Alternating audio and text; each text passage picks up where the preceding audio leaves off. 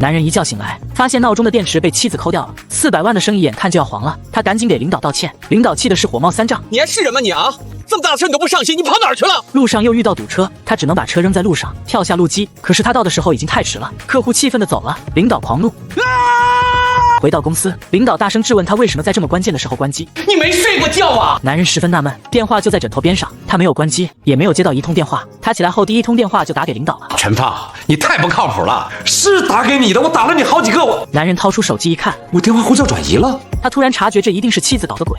你连自己老婆都搞不定，你还怎么出来做事啊？他承诺自己卖房子卖地也会赔偿所有的损失，厂家那边他会亲自去谈。事已至此，领导对他失望至极。男人想到妻子一气之下怒砸办公桌，却伤到了手。而此时妻子的电话响个不停，原来是她丈夫的来电转移到她手机上了。受伤的男人怎么也想不通妻子为什么这么做。他在家等着妻子回来。2个小时后，妻子接儿子回了家，他让儿子先回屋写作业。于是，一场战争开始了。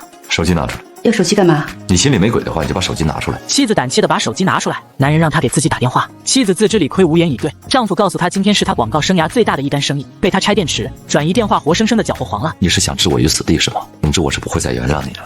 男人为了赔偿公司的损失，不得不偷偷把老宅挂到中介卖掉。